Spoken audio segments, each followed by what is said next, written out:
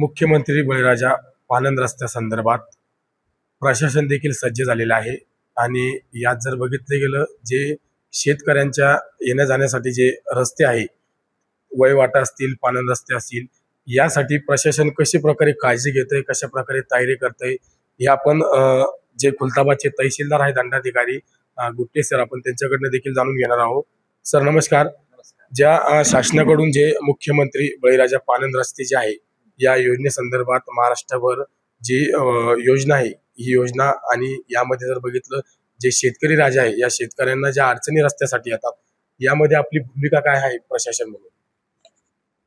मुख्यमंत्री बळीराजा पानंद रस्ते योजना ही एक अभूतपूर्व योजना आहे. सदर मोहीम ही गाव स्तरावर जी काही पानंद रस्ते असतील, नकाशावरील रस्ते असतील, ते अतिक्रमण दूर करून त्यांचं मजबूतीकरण करणे ह्या योजनेचं लक्ष्य आहे. आणि सदर योजना ही माननीय मुख्यमंत्री महोदय आणि तसेच माननीय महसूल मंत्री महोदय यांच्या मार्गदर्शनाखाली पूर्ण महाराष्ट्रभर 14 डिसेंबर 2025 रोजी सुरुवात झालेली आहे. सर आता दुसरा प्रश्न असा आहे, ही जी योजना आहे, या योजनेच्या निधीची तरतूद कशी असणार आहे?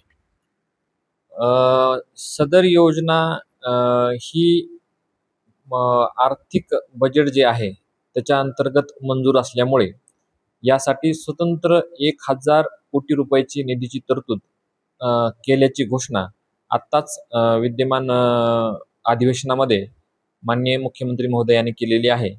त्यामुळं मागे ज्यावेळेस योजना आली परंतु निधीबाबत साशंकता होती, ती आता दूर झालेली आहे.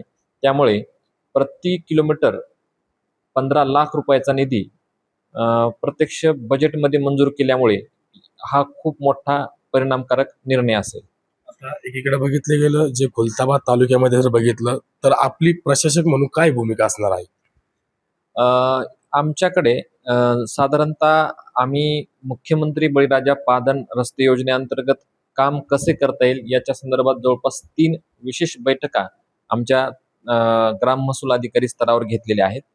आणि सदर बैठकीअंतर्गत आम्ही रस्त्यांचं वेगवेगळं वर्गीकरण केलेलं आहे. ते तुम्हाला थोडक्यात वाचून दाखवतो. माझ्याकडे एकूण गाव नकाशावर नोंद असलेल्या अतिक्रमणमुक्त अशा 57 गावामध्ये 195 रस्त्याची नोंद आहे आणि त्याची लांबी 344 किलोमीटर असणार आहे. त्यानंतर गाव नकाशावर नाही परंतु वहिवाट आहे अशा अतिक्रमणमुक्त असणाऱ्या एकूण 483 रस्त्याची नोंद आहे. त्यांची किलोमीटर लांबीमध्ये 694 किलोमीटर लांबी असणार आहे. म्हणजे जवळपास 1000 किलोमीटरपेक्षा लांबी असणारी ही रस्ते माझ्याकडे मी वर्गीकरण केलेलं आहे. आणि नकाशावर आणि वहिवाटीची अतिक्रमण असलेल्या काही केसेस पण आहेत माझ्याकडे, त्याची पण आम्ही नोंद केलेली आहे. तर सर्वप्रथम आपण जिथे अतिक्रमण नाही अशा ठिकाणी कामास सुरुवात करणार आहोत आणि ज्या ठिकाणी अतिक्रमण झालेलं आहे अशा ठिकाणी अगोदर शेतकऱ्यांची एक सामंजस्याची बैठक घेऊन त्यांना समजून सांगणार आहोत. आणि जर तोडगा निघाला नाही तर आपण कायदेशीर पर्याय अवलंबणार आहोत. त्यामध्ये जर सर बघितलं गेलं तर प्रशासनामार्फत आपण शेतकऱ्यांना काय आव्हान करणार आहे? अतिक्रमण मुक्त शेतरस्त्याबद्दल आमची काही चिंता नाही. आम्ही तात्काळ ते काम मार्गी लावणार आहोत. स्वतः आमदार महोदय या समितीचे अध्यक्ष असल्यामुळे त्यांच्या पुढाकाराने आणि त्यांच्या मार्गदर्शनाखाली खूप मोठ्या प्रमाणात पूर्वतयारी ऑलरेडी प्रशासन आणि लोकप्रतिनिधी यांची चालू आहे. संबंधित सर्कल स्तरावर, मंडळ स्तरावर ऑलरेडी लोकप्रतिनिधी कामाला लागलेले आहेत आणि प्रशासनातर्फे देखील माझी पूर्वतयारी झालेली आहे. फक्त जिथे अतिक्रमण आहे किंवा गैरसमजातून मालकीचा वाद आहे अशा ठिकाणी असणार आहे.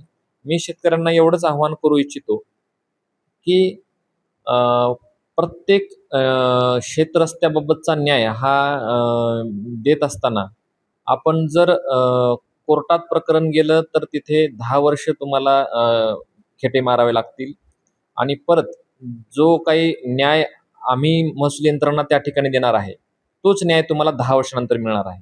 माझी सर्वांना आव्हान राहील की महसूल यंत्रणेवर विश्वास ठेवावा आणि आपण सुनावणी घेऊन जो काही आपण त्या ठिकाणी सगळ्यांच्या सर्वसंमतीने आपण जो काही निर्णय देऊ त्या रस्त्याबाबत तो मान्य करावा, जेणेकरून पीडित शेतकऱ्यांची सोय होईल आणि ज्यांच्या शेतातून रस्ता जातोय त्यांचीही सोय होईल.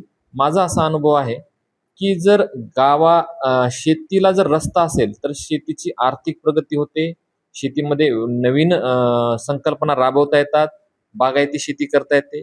जर शेतीला रस्ताच नसेल तर माणसाची बुद्धी तिथं खुंटते, त्या ठिकाणी विकास करायचा माणसाला मार्ग राहत नाही. आणि बऱ्याच प्रकरणात असं झालेलं आहे की छोटासा वाद असतो, गैरसमजातून झालेला असतो, परंतु केवळ प्रकरण प्रलंबित राहिल्यामुळे मग तो निधी पण वापस जातो, शेतीचं मजबूतीकरण होत नाही आणि इतर रस्ते होऊन जातात आणि हा रस्ता वादामुळे तसाच राहतो. त्यामुळं सर्वांना माझं आव्हान असेल की आपण सामंजस्यानं तो अतिक्रमण दूर करावं आणि त्या ठिकाणी जे आता सुवर्णसंधी चालून आलेली आहे ती सुवर्णसंधी म्हणजे मुख्यमंत्री बळीराजा योजनेअंतर्गत जे तुम्हाला प्रति किलोमीटर 15 लाख रुपयाचा निधी मिळणार आहे आणि मजबूतीकरण करून दिले जाणार आहे, त्याचा सर्वांनी लाभ घ्यावा. सर, याच प्रश्नावर येतो मी पुन्हा. आता जे रस्ते आपण बघितले वहिवाट असतील, शेतकऱ्यांना शेतीसाठी जाणारे जे रस्ते असतील, हे रस्ते चालू रस्ते शेतकऱ्याकडून अडवले जातात. मात्र इथं कुठेतरी शेतकऱ्यांना ते नुकसान भोगावं लागतं. पण प्रशासन म्हणून आपण काय कारवाई करायला पाहिजे? आता त्याच्यामध्ये शेतकरी असल्यामुळे हा जिव्हाळ्याचा प्रश्न आहे आणि अडवणारे शेतकरी असतील किंवा जाणारे शेतकरी असतील तर त्यांना प्रत्येक ठिकाणी कायद्याचा बडगा दाखवण्यापेक्षा माझी सामंजस्याची भूमिका हीच राहील की 10 वर्ष तुम्ही कोर्टामध्ये गेल्यानंतर जो न्याय देणार आहे तो तुम्हाला आज मिळणार आहे. तुम्ही फक्त तो सामंजस्यानं समजून घेतला पाहिजे. आम्ही ज्यावेळेस तिथं स्पॉट करू, स्थळ पाणी करू, त्या ठिकाणी निर्णय देत असताना कोण्याही दोन्ही पक्षकारापैकी कोणाचंही नुकसान न होता दोघांनाही सोय होईल असंच आपण असा निर्णय देऊ आणि तो आपण मान्य केल्यानंतर लगेच त्याचं मजबूतीकरणाला सुरुवात होणार आहे. जर समजा काही समाजविघातक काही प्रवृत्तीमुळं जर समजा तो रस्ता थांबत असेल तर आम्हाला थांबावं लागणार नाही, कारण एक तहसीलदार पदाचं कर्तव्यच आहे की ज्या ठिकाणी आपल्याला रस्ता अडवला असेल त्या ठिकाणी आपल्याला न्याय द्यावा लागतो. त्यावेळेस आम्हाला 2 त्याच्यामध्ये कायद्यामध्ये अधिकार शक्ती देण्यात आलेले आहेत. एक म्हणजे मामलतदार अधिनियम 1906 चे कलम 5 प्रमाणे वहिवाटीचा रस्ता जर अडवला असेल जो परंपरागत चालत आलेला आहे तर त्याच्यावर आम्हाला कारवाई करण्याचा अधिकार आहे. त्यानंतर नवीन रस्ता एखाद्याला पाहिजे असेल तर आपल्याला महाराष्ट्र जमीन महसूल अधिनियम 1966 चे कलम 143 प्रमाणे नवीन रस्त्यांची पण आपण इथे त्यांना देण्याची अधिकार शक्ती देण्यात आलेली आहे. परंतु माझी शेवटची भूमिका हीच राहणार आहे की शेतकऱ्यांना गैरसमजातून जास्त वाद होतात, ते गैरसमज स्वतःचे दूर करावे, महसूल यंत्रणेवर विश्वास ठेवावा आणि जास्तीत जास्त अतिक्रमण मुक्त करून आपण ह्या योजनेचा फायदा करावा की जेणेकरून आपल्या इथून आपल्या पुढच्या पिढ्या असतील त्यांना या वादविवाद कोर्टाच्या फेऱ्या मारायची गरज पडणार नाही.